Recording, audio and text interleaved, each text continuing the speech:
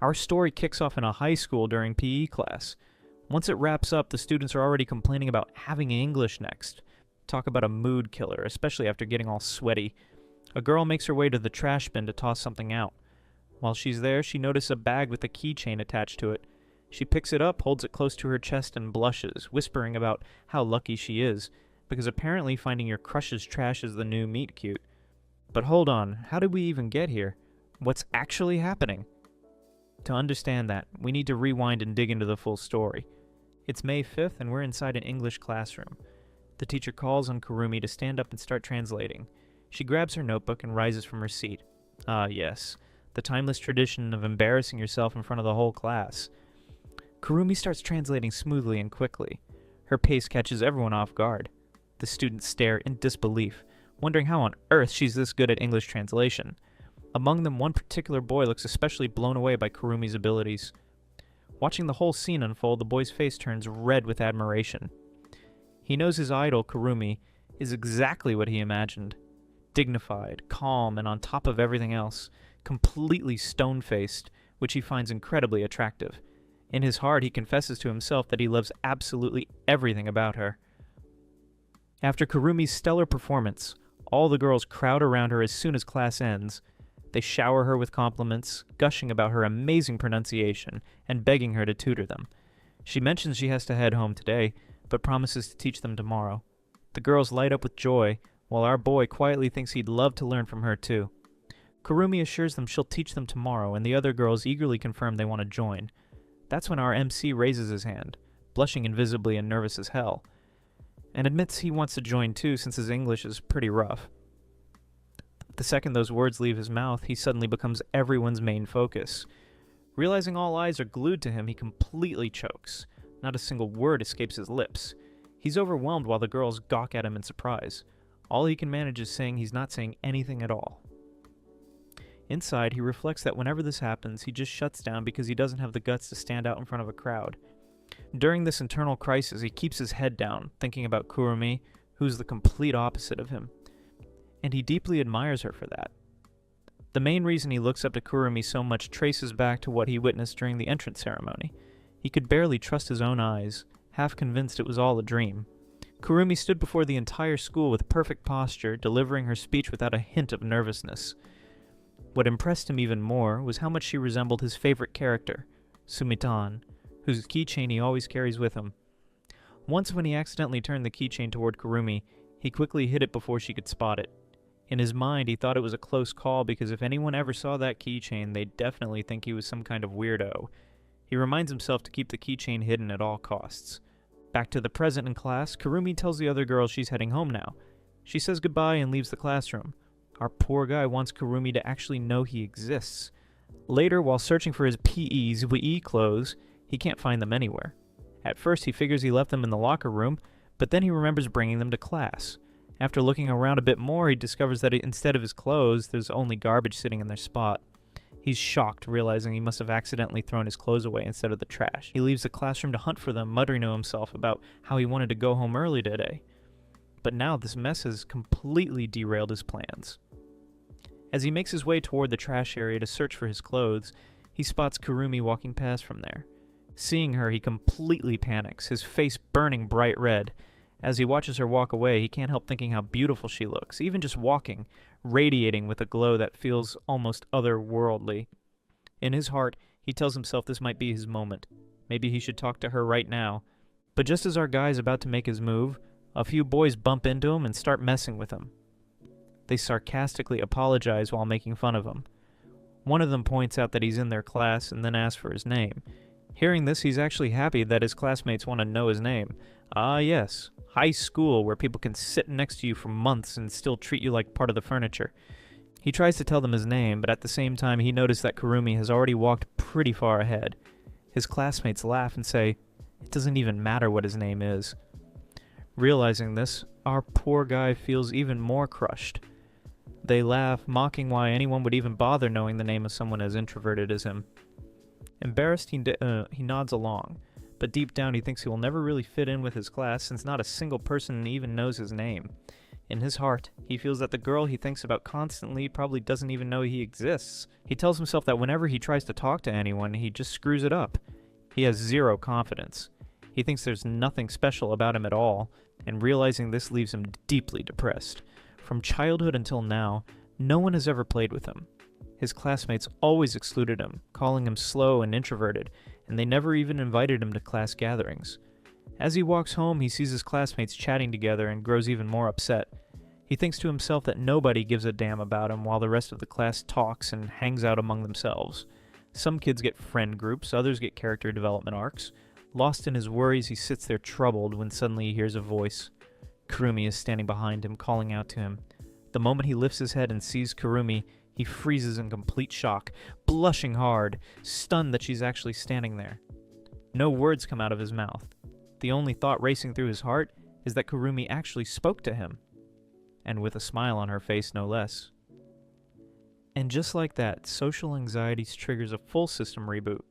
He still hasn't recovered from the shock when she pulls something out of one of her shopping bags and hands it to him. Seeing this, he grows even more confused, wondering what she's doing. Then it hits him. She's giving him a new PEE uniform. Kurumi explains that she overheard in class that he'd lost his uniform, so she brought him a new one. She adds that the shop lady had accidentally opened it, and she didn't know what to do with it, so she decided to give it to him. Hearing this, Fujimori blushes even harder, finally snapping back to the reality. He's still in shock that Kurumi is actually talking to him.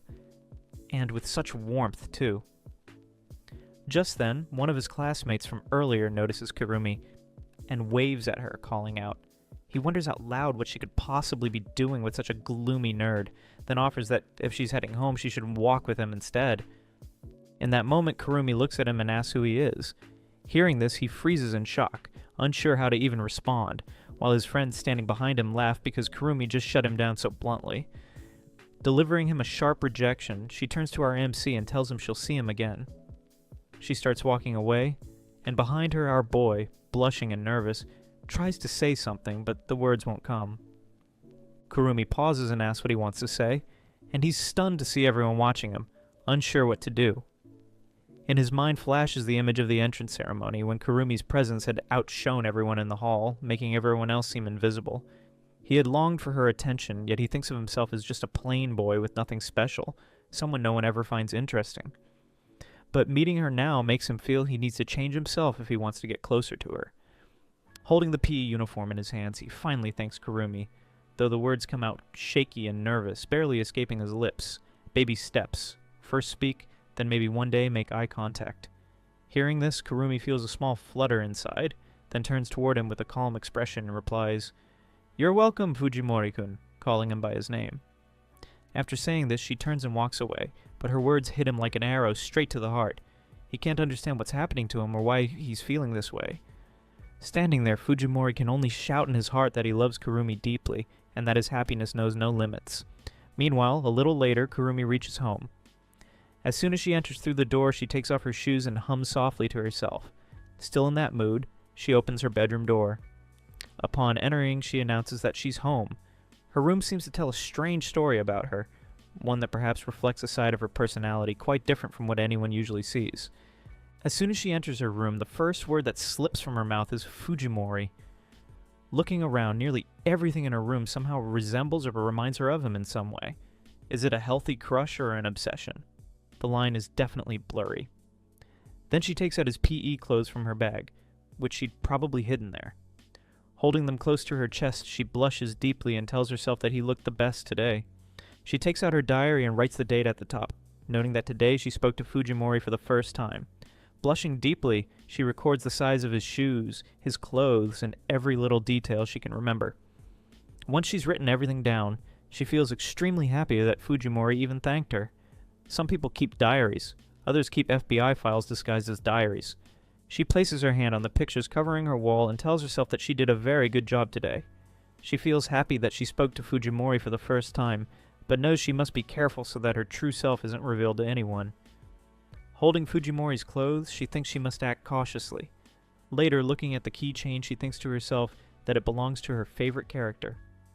Smiling a little strangely while thinking about him, she becomes slightly serious and goes to the mirror in her room.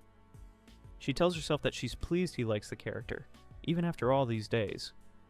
She lies down on her bed, surrounded by plushies that look strikingly like Fujimori. Hugging one close, she whispers to herself that she really likes him. Some girls collect makeup. Kurumi collects unsettling levels of emotional evidence. Meanwhile, on the other side, Fujimori walks home with a wide smile. His heart is light and his steps are faster. For him, the greatest joy today is that she spoke to him. She knows his name. The thought alone fills him with overwhelming happiness. It's always the bare minimum that feels like a fairy tale. A few girls in class are discussing their group project. In the corner, a girl sits alone. The others whisper about her, saying no one would want to join her group. She hasn't been invited by anyone. They recall that once their bond with her was good, but now she feels completely different from the girl they used to know. And just then, the morning alarm rings. The sound jolts Kurumi awake. As she rises, she takes a long, deep breath. She lies in her bed, surrounded by plushies that look like Fujimori, telling herself it was nothing more than a bad dream.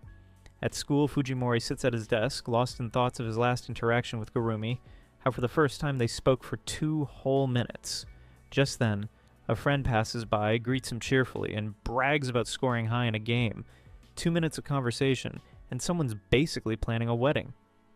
But he notices Fujimori still looks distant, lost in thought. With a smile, the friend asks what's wrong. Deep inside, however, Fujimori is thinking only of Kurumi. Seeing this, the friend grows puzzled and quietly walks away. Meanwhile, Fujimori keeps replaying that moment in his mind, determined that today he'll talk to her again, this time for a few more seconds. And just then, Kurumi walks into the classroom. Seeing her step inside, Fujimori feels a jolt. She's really here. All his focus shifts to her. He tells himself he should start a conversation, his heart whispering that Kurumi looks beautiful as always. Gathering courage, he rises from his seat and calls her name. He tries to speak, but the rest of the girls quickly surround her. His voice doesn't reach her. With a gloomy aura clinging to him, he slips back into his seat, thinking that once again he couldn't summon the confidence. He sinks deeper into sadness, muttering that he got carried away for nothing. Meanwhile, Kurumi takes her seat as she brushes her hair behind her ears. It becomes clear she's wearing an earphone. A small secret smile forms as she plays a recording. 2 minutes and 18 seconds of Fujimori's voice from the day they first spoke. She listens closely, each word filling her with a strange comfort, her cheeks warm as she blushes, replaying his lines again and again. Fujimori sneaks a glance at Kurumi, blushing as he thinks about how cool she looks. Just then, a classmate steps in front of him and smirks, asking if he likes her. Fujimori quickly shakes his head and insists it's nothing like that. Kurumi is just a perfect ideal in his eyes, nothing more. He adds that he's only a little curious about her. He takes a deep breath, realizing Kurumi is nothing like he had imagined. She's different in ways that surprise him. In his heart, he admits he likes her confidence. Quietly, he resolves that tomorrow he'll definitely greet her with a good morning. He thinks to himself that this time he won't mess it up. School ends. As students begin heading home, the teacher asks Kurumi to lock the classroom since the person on duty is absent.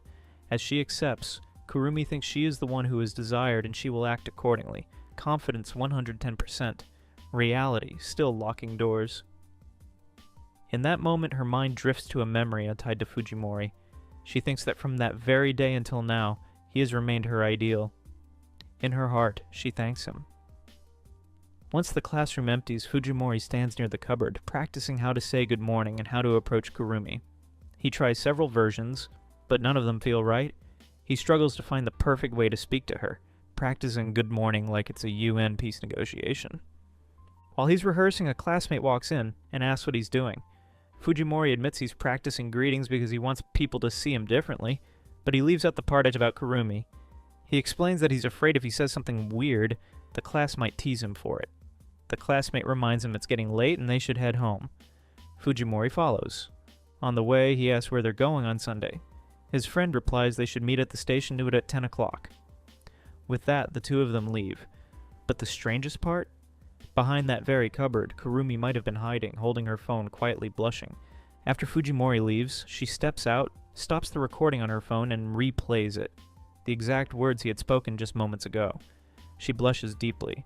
Normal people scroll social media. Kurumi scrolls through Fujimori audio archives. Once home, she lies down in bed and listens to the recording again. Every phrase makes her feel good. She even starts practicing what she'll say next time. how she'll tell Fujimori that he's really funny. The next day, Kurumi walks up to him in class and says exactly that, he's really funny. Hearing this, Fujimori panics, blushes, and thanks her. Kurumi calmly adds that he should say hi to her again sometime. 2 words, socially malfunctioning. His friend comes over and says he can tell Fujimori is serious. He then asks for his help with something, promising in return to help Fujimori talk to girls. He agrees and tells him to meet at the station on Sunday. All the while, Kurumi has secretly recorded the entire conversation. Later, she listens to it on her phone, headphones on, replaying every word. Sunday arrives and Fujimori is out with his friend Yamamura. When the friend casually reveals that 10 girls have confessed to him, Fujimori is stunned, unable to grasp how that could even happen. Yamamura assures him that he'll teach him all the tricks.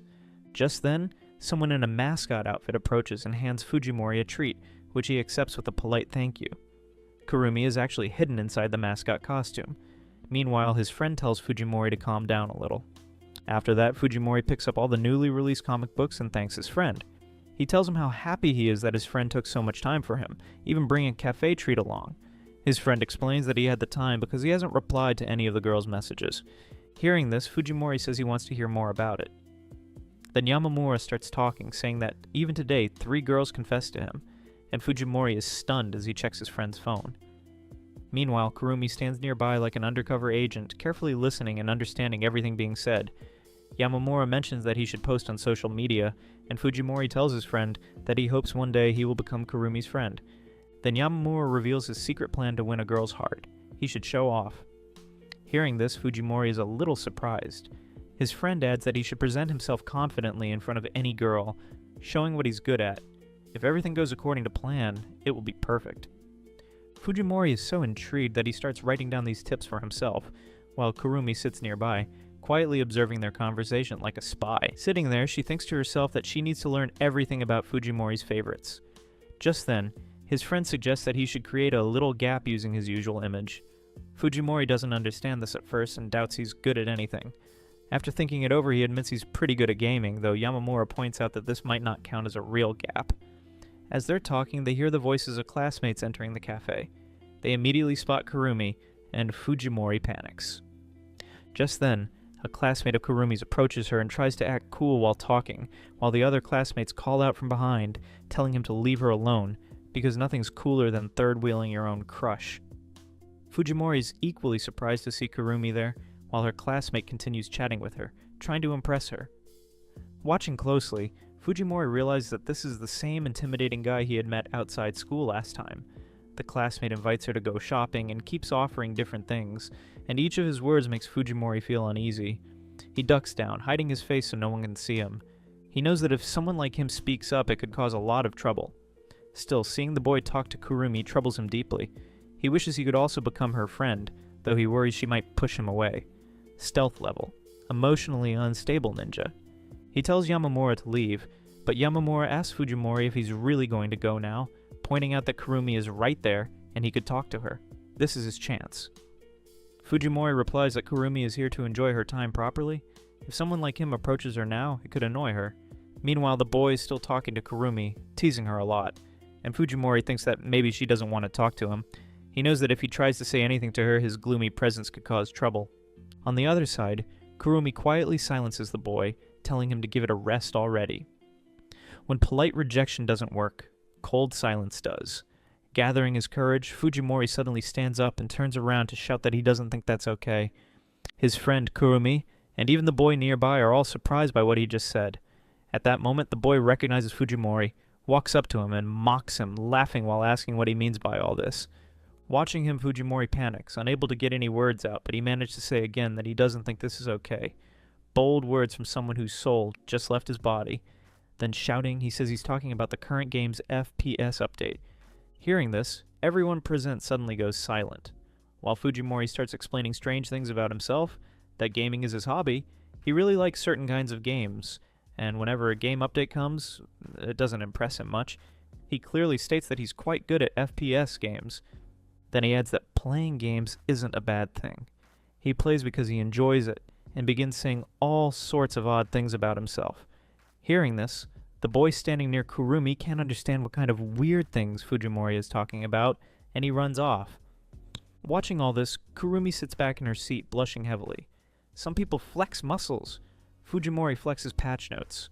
After saying all this, Fujimori is out of breath, while Yamamura insists that he never gave him such advice.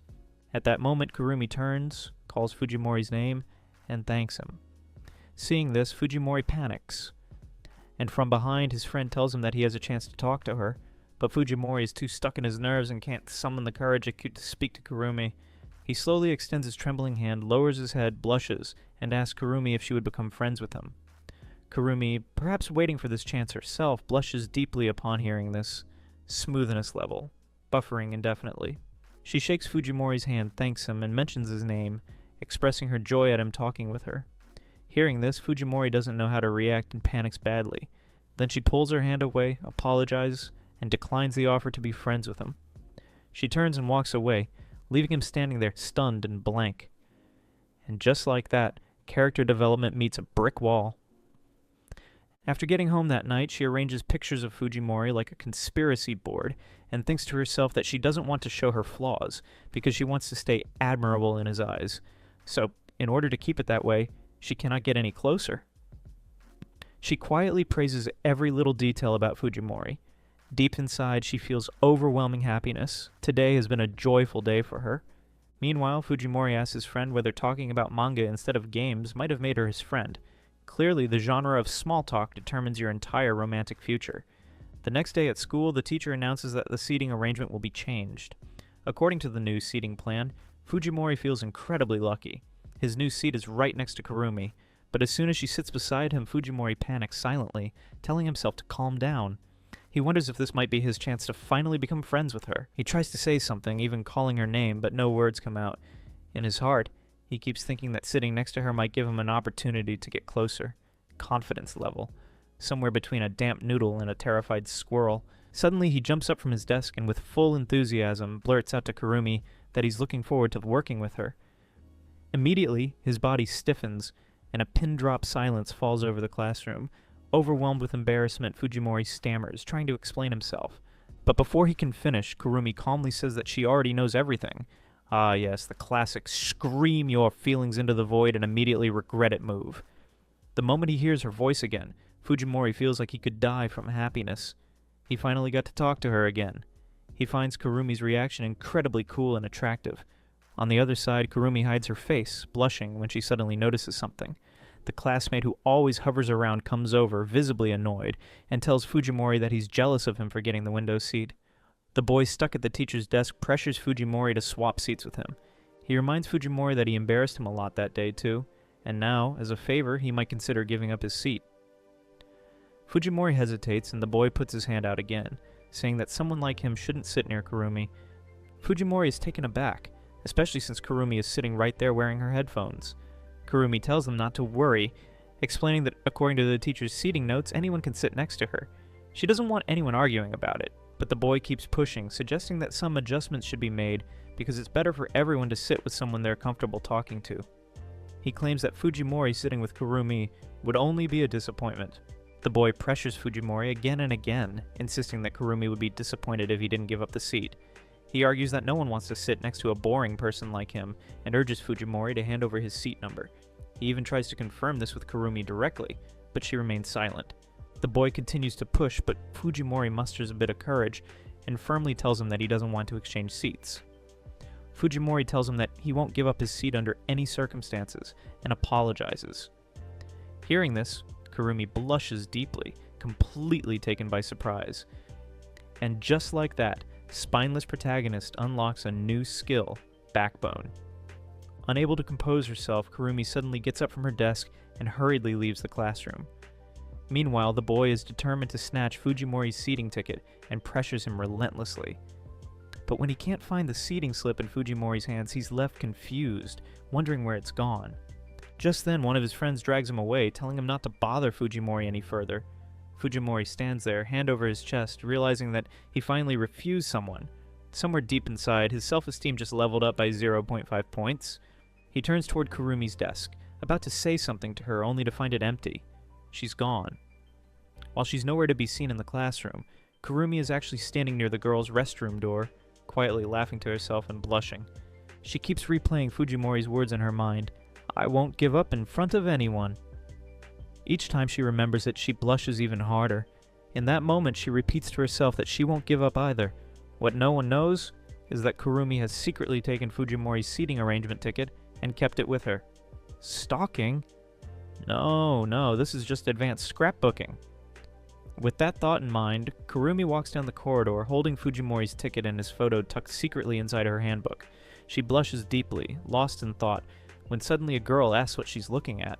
Startled, she quickly turns around only to see that it's her friend asking if she can take a look at the picture too. And now begins the world's most awkward show and tell. She is Tamomi Fukuda, a girl with naturally glossy hair. With her no-makeup look, her beauty shines brighter. Her charm feels effortless, almost as if she were a perfectly crafted doll. In class, Fukuda walks up to Yamamura and politely asks if she can borrow his colored pen. After handing it over, she thanks him with a soft smile.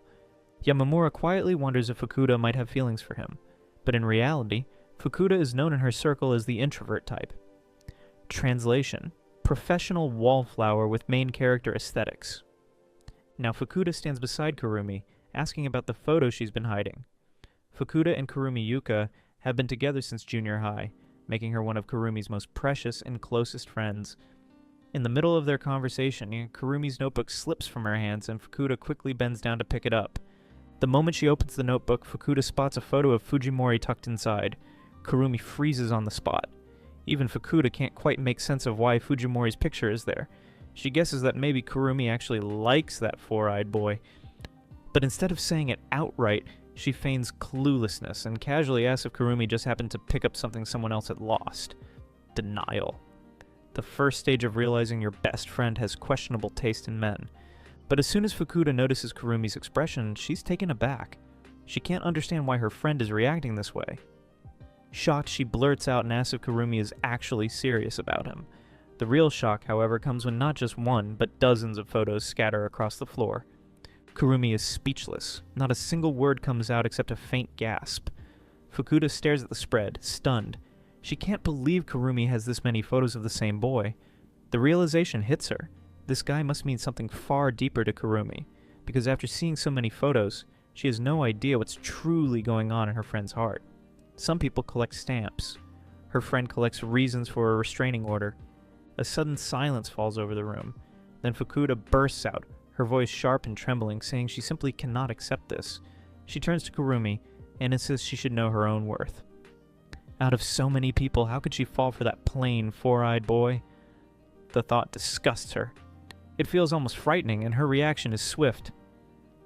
Kurumi fires back, asking if Tamomi actually likes plain boys.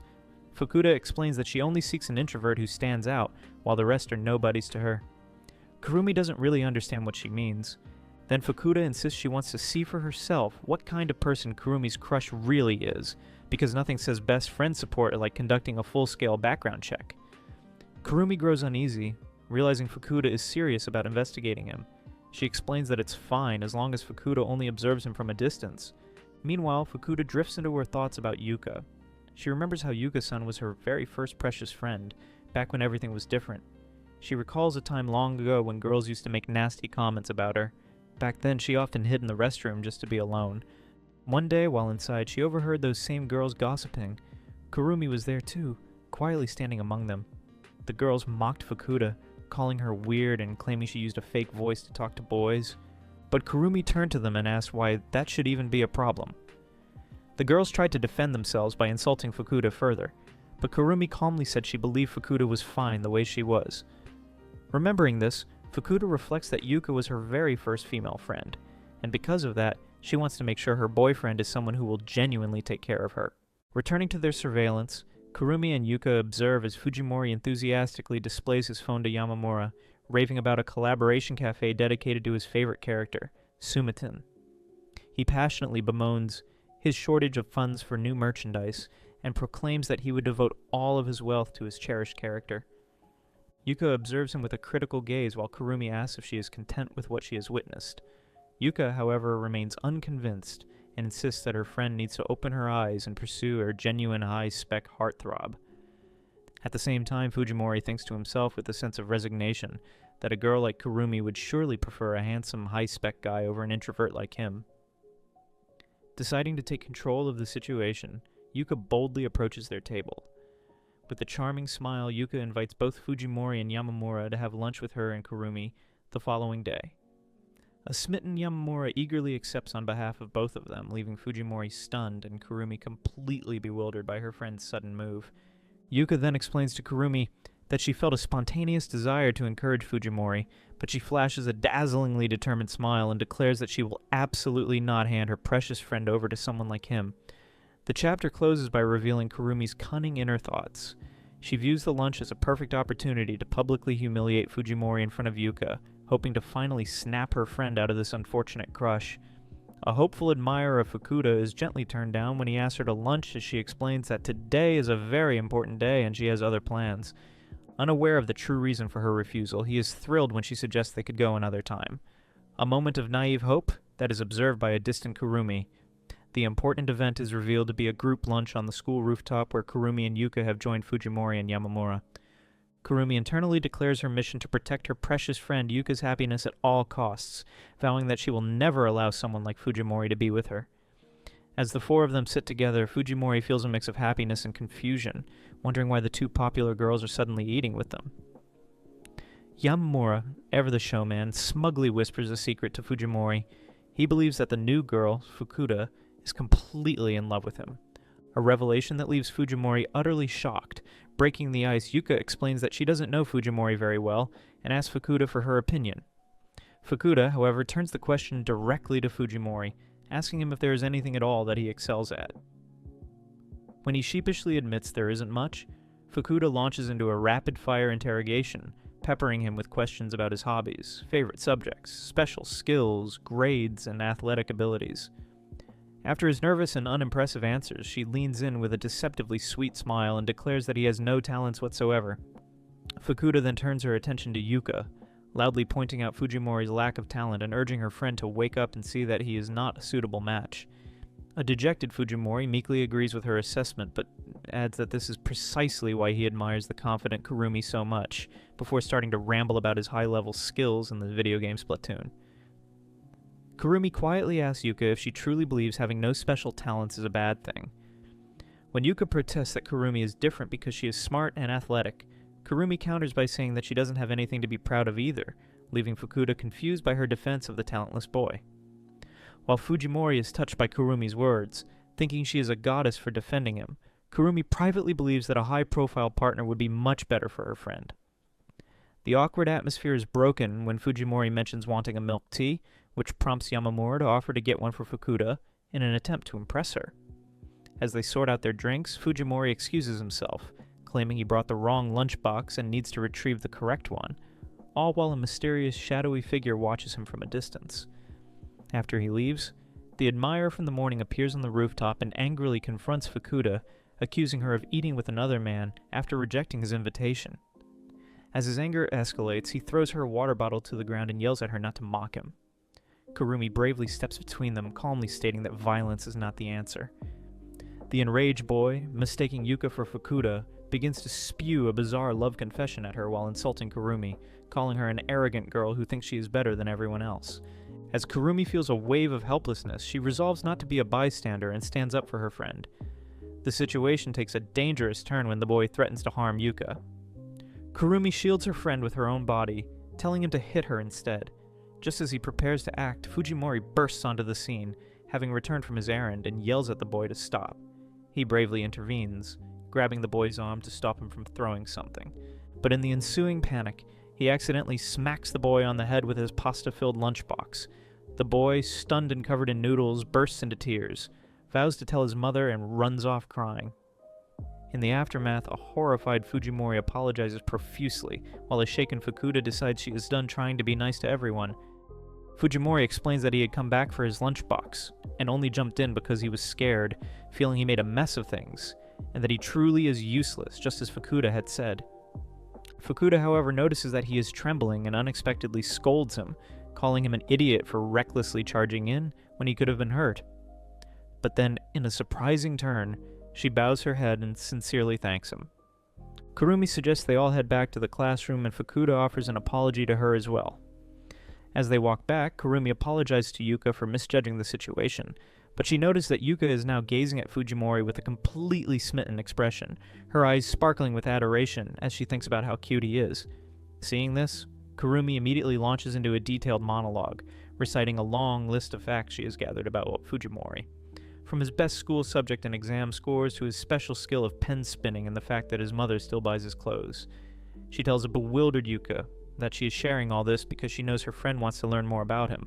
The day concludes with the teacher announcing an upcoming school trip for which students will be required to work on a report with the person they're sitting next to, conveniently pairing Fujimori and Kurumi together for the exciting new adventure. The scene shows the impressive midterm exam results of a student named Kurumi Yuka, who has scored exceptionally high marks across all subjects, ranking 6th in her grade. At home, her mother is overjoyed and credits her daughter's success to her own daily prayers, which makes Kurumi feel a bit embarrassed. Before Kurumi leaves for school, her mother advises her to tie her hair up nicely to avoid looking like a gloomy girl. Kurumi complies and ties her long hair into a ponytail, smiling brightly as she agrees with her mother and heads out the door for the day. Later, at what appears to be a public washroom, she lets her hair down again while looking weary, sighing that it feels suffocating, and she dislikes how tying it up leaves a mark in her hair. Back in the classroom, she observes her classmates getting excited over an announcement for an upcoming school excursion, and silently thinks they are simple-minded for being happy about such a thing. Despite her outward indifference, a close-up reveals that Kurumi is actually blushing with immense joy and excitement about the trip. The teacher then announces that for the excursion next month, students will work on a report in pairs with their desk mates. Her desk mate, a boy with glasses named Fujimori, is internally having a massive celebration. Thrilled that he gets to be partners with Kurumi, while Kurumi herself is also secretly screaming with joy. Fujimori nervously approaches her, introducing himself and eagerly offering to work on any topic she chooses for their report. Fujimori continues his internal celebration, thinking about how beautiful Kurumi is, and seeing this as a golden opportunity to finally become friends with her. He feels relieved that she doesn't seem to hate him, while Kurumi calmly acknowledges his greeting.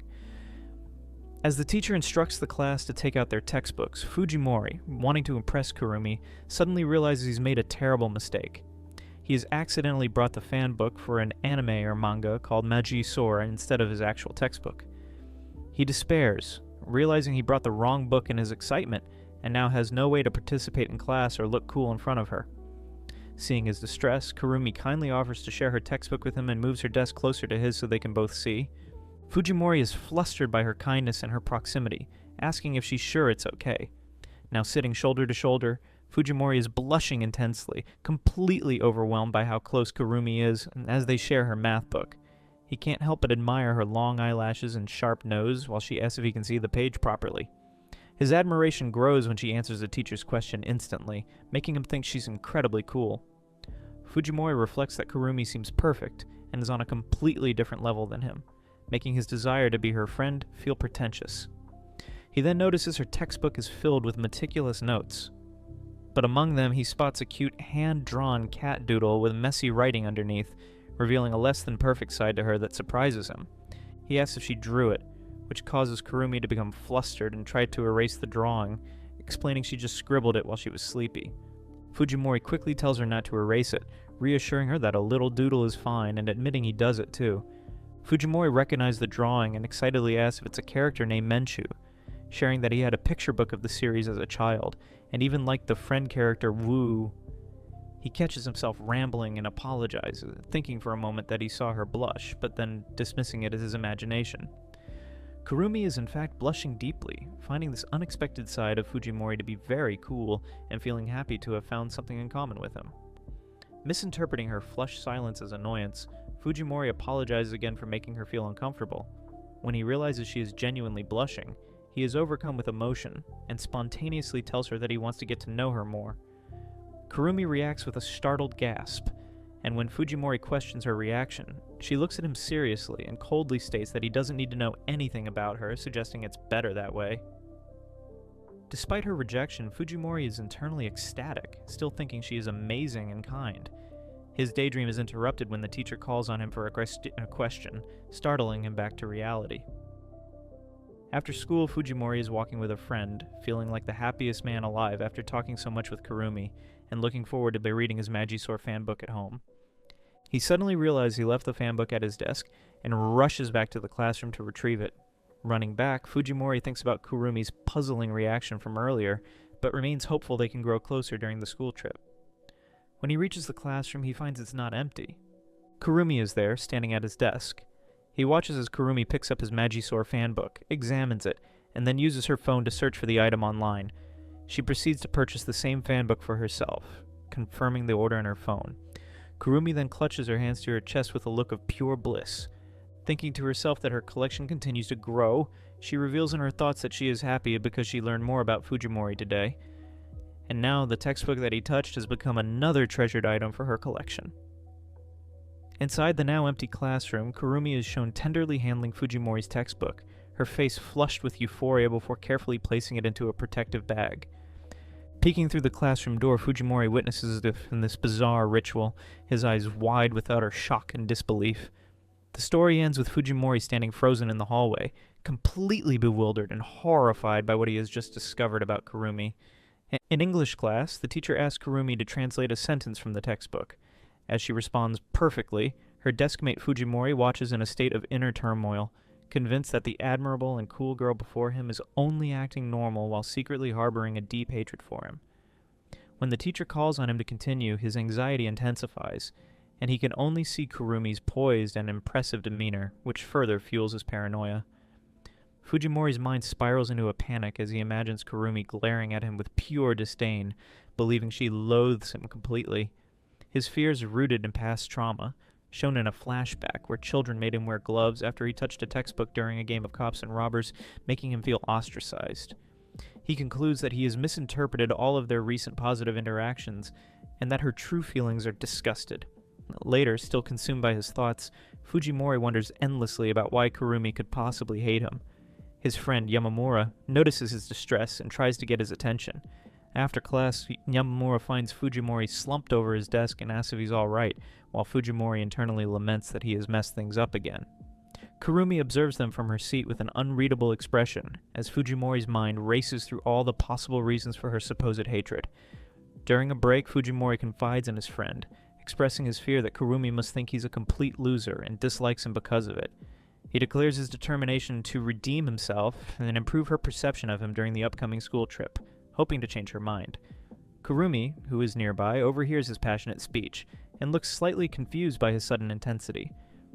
A little while later, another girl asks Kurumi to pass her a pen, and in a surprising display of skill, Fujimori intercepts it. He proceeds to show off his one special talent, spinning the pen with incredible speed and flair, a move he dramatically calls the whirlwind of the gods. Kurumi is caught completely off guard, her mouth agape in genuine shock and amazement at his unexpected skill. While Fujimori fantasizes that this trick will make Kurumi see him as cool, his friend has a separate thought bubble, dismissing the idea as nonsensical. Unseen by the others, Kurumi is hiding in some nearby bushes, secretly taking photographs of Fujimori with a vintage-style camera. She is blushing profoundly, completely captivated by his display, and thinking he is unbelievably cool, desperately wanting to witness his special technique again. Back by the vending machines, Fujimori's friend questions his bizarre plan, but their conversation is interrupted. A sharp-tongued girl with dark hair named Fukuda Tomi appears, rudely telling the bespectacled duo of Fujimori and his friend to move because they are in her way. She then makes a sarcastic remark to Fujimori, who wonders if she is trying to get his attention, but Fukuda coldly informs him that he is definitely not on the list of people she chooses to smile at. Fukuda demands to know why they are blocking the vending machine, and Fujimori's friend explains that he was giving Fujimori advice on his love life. Fujimori hastily clarifies that it's a misunderstanding about human relations, not love, and admits he was talking about how to improve Kurumi's opinion of him. Fukuda asks what happened, and Fujimori launches into a lengthy, insecure monologue listing all of his flaws, like being gloomy and weak, and mentioning how Kurumi found out about his Magisaur fanbook, which he believes makes it normal for her to hate him. He resolves that if he can just fix her perception, he might have a chance at being her friend. Fukuda bluntly tells him his monologues are too loud, while the hidden Kurumi finds his rambling adorable. Fukuda internally muses that it's likely just a misunderstanding, wondering why the sweet Yuka Kurumi would hate a boy like Fujimori. At the same time, Fujimori's friend Yamamura gives him some harsh advice, stating that if Kurumi hates the real him, there's no point in pretending to be someone else, because the mask will eventually fall off. Yamamura then turns to Fukuda, passionately declaring that he much prefers her real, colder personality to the fake sweet girl she used to pretend to be, insisting that being accepted for who you are is all that matters. His speech leaves Fukuda momentarily speechless. Fukuda then reveals that she spends an hour on her appearance each morning, using natural-looking makeup and only drinking milk at school to cultivate an image of perfect gentleness, all in an effort to attract a specific shy boy she likes. From her hiding place, Kurumi hears this and has a realization. The effort one puts into becoming the person they want to be is also a genuine part of who they are. Yamamura enthusiastically agrees, and Fujimori thanks them both for their advice. Kurumi reflects that while Fujimori wants to get closer, she feels that the current distance between them is perfect and safe, as she is too clumsy to maintain a facade without failing. Inspired, Fujimori stands with newfound determination, declaring that he wants to change for real, not to please someone else, but for his own betterment, to correct his flaws and improve himself. Moved by his sincerity, Fukuda offers to give him advice on the one defect he needs to fix immediately. While Kurumi secretly wishes for him to stay the same, Fujimori nervously asks what his biggest flaw is. With a dramatic point, Fukuda declares that Fujimori's greatest defect is his face. The statement sends a shockwave through Kurumi and Yamamura. Fujimori is horrified, asking if his entire being is a flaw, but Fukuda clarifies she isn't suggesting surgery. Instead, she explains he just needs to be more put together, claiming that with her help, he could look 50% more handsome. Both Fujimori and Yamamura eagerly plead with her to teach them how. As Fukuda begins to explain her plan, Kurumi is shown in the bushes, completely flustered and overcome with excitement at the prospect of seeing a handsome version of Fujimori, setting the stage for his upcoming transformation. Fujimori stared blankly at a men's fashion magazine, completely baffled by the concept of being cool. His classmate Fukuda advises him to find someone he considers cool and observe them to get ideas. But Fujimori is frustrated, admitting he can't break down what makes a person stylish and fears that any attempt to imitate them would only lead to mockery. His thoughts are interrupted back in the classroom when Kurumi notices him staring and asks if he needs something. Suddenly, two of the most stylish students in their class, Aizawa Ryosuke and Ueda Nana, approach his desk, startling him. Aizawa casually calls him Fuja and asks about his interest in fashion, leaving Fujimori stunned that they are even talking to him. Fujimori tries to correct his name, but gets flustered as Aizawa sits down and offers to recommend a clothing store. Fujimori awkwardly tries to explain his desire to change his image, and his mumbling voice causes Aizawa and Ueda to lean in closer, which only makes him more uncomfortable.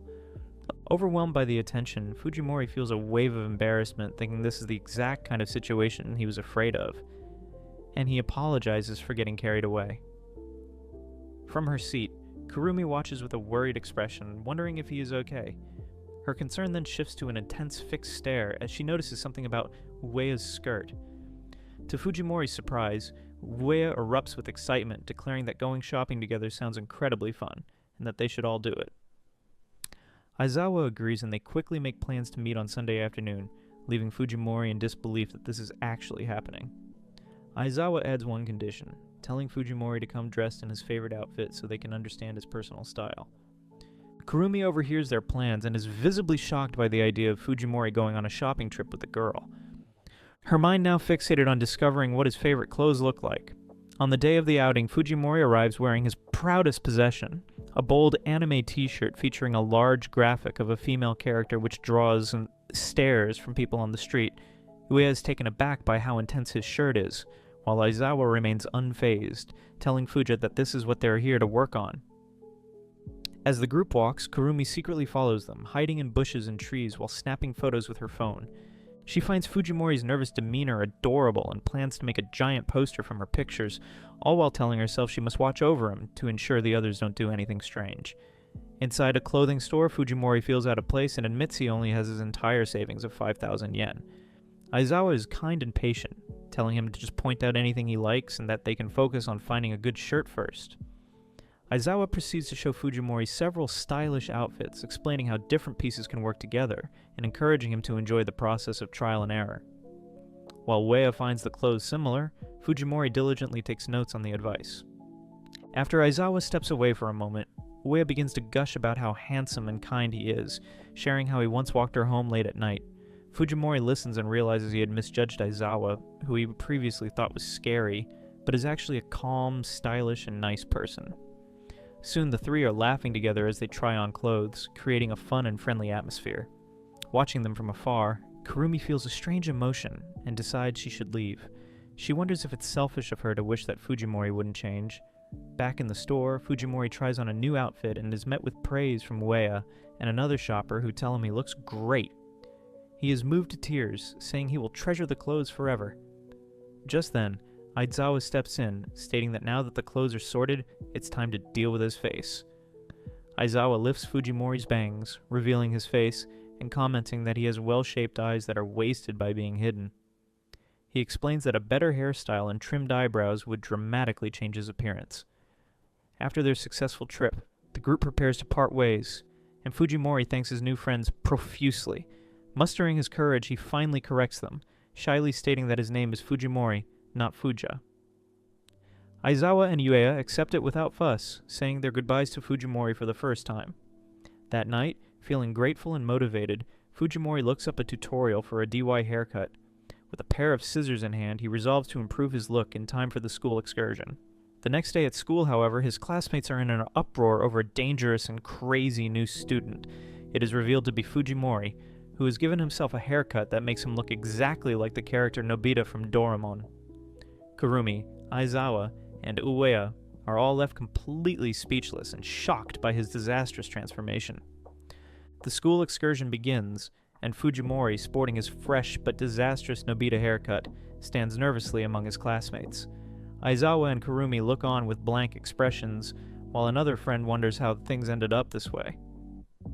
On the bus, Fujimori is already in a state of despair over his appearance, but as a teacher reminds everyone to be careful on the mountain trails, he resolves that it's still too early to give up. Once they arrive, Fujimori makes his first attempt to impress Kurumi.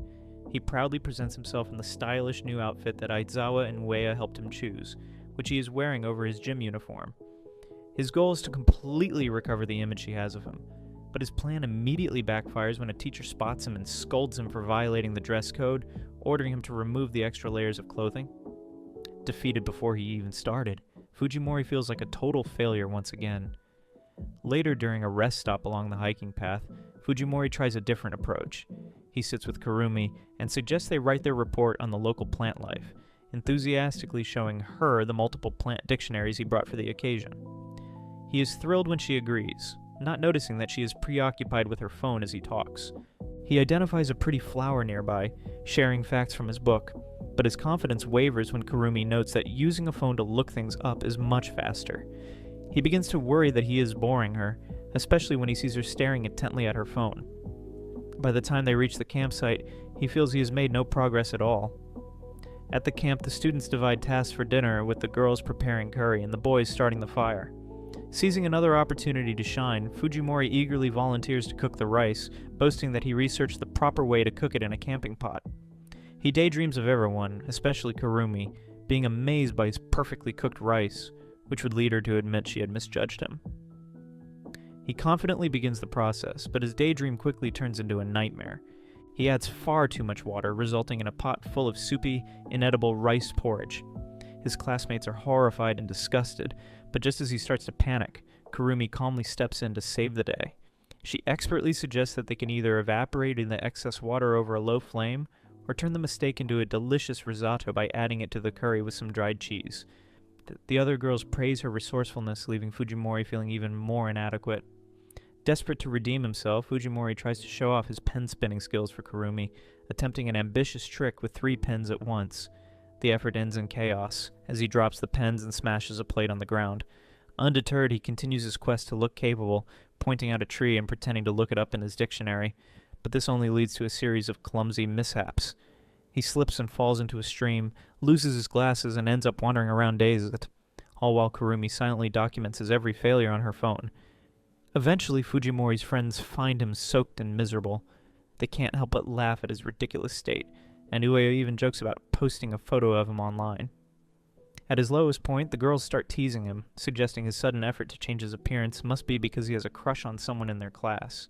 They playfully guess it must be Shizuka, referencing his Nobita haircut. As Fujimori frantically denies their claims, pressed for more details. Fujimori clarifies that it's not a crush, but deep admiration for someone in his class. He describes her as being from another world, confident and possessing all the qualities that he lacks. His friends quickly deduce that he is talking about Kurumi. Fujimori sighs, admitting that all of his attempts to improve her opinion of him have failed because he's too insecure to even speak to her properly. To make him feel better, his friends share their own stories of failure, like messing up makeup or bombing a test, reassuring him that it's normal to struggle with new things, and that he will succeed if he keeps trying. Uya then shares a heartwarming story about how Zawa won her over by surprising her with a gift he had secretly bought after she casually mentioned liking it. She explains that his thoughtfulness and ability to give a gift so naturally made her fall for him completely. As the teacher calls for everyone to reassemble, Fujimori contemplates this new insight.